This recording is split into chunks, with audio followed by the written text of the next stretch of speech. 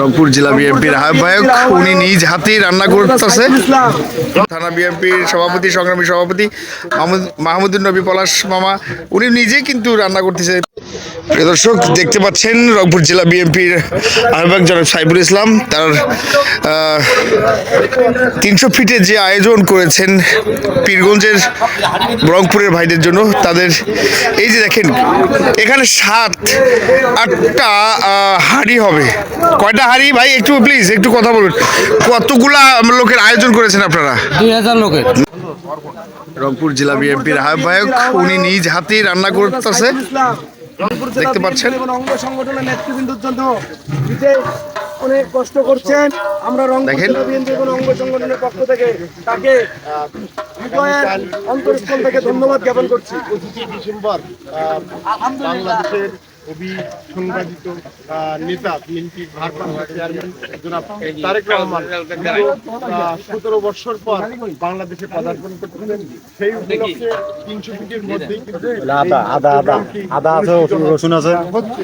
তারই ধারাবাহিকতায় রংপুর জেলা বিএনপির আহ্বায়ক সাইফুল ইসলামের তত্ত্বাবধানে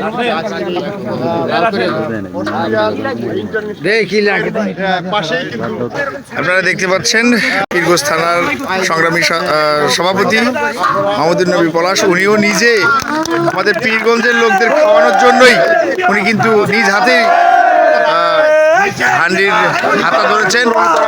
ওদিকে রংপুর জেলা বিএনপির আহ্বায়ক জনাব সাইফুল ইসলাম উনি কিন্তু ওনাকে ঘিরে জনগণ এবং রংপুর পীরগঞ্জের উচ্ছ্বসিত ভিড়ে তাকে আনন্দে মেতে উঠেছে। এবং আমরা এদিকে দেখতে পাচ্ছি পীরগঞ্জের থানা বিএনপির সভাপতি, সংগ্রামী সভাপতি মাহমুদুর নবী পলাশ মামা উনি নিজেই কিন্তু রান্না করতেছে পীরগঞ্জের লোকদের বা তার অনুসারী ভক্তদেরকে খাওয়ানোর জন্য। দেখতেই পাচ্ছেন আপনারা।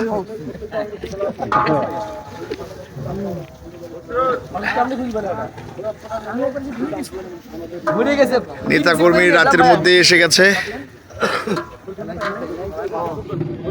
প্রিয় বন্ধুরা, যারা এখনো 300 ফিটে আসেননি চলে আসুন আমাদের এই রংপুরের পীরগঞ্জ রংপুর বিএনপির জেলা বিএনপির আহ্বায়ক জনাব সাইফুল ইসলামের এই আয়োজনে শরিক হয়ে আসুন। খাওয়া দাওয়া এবং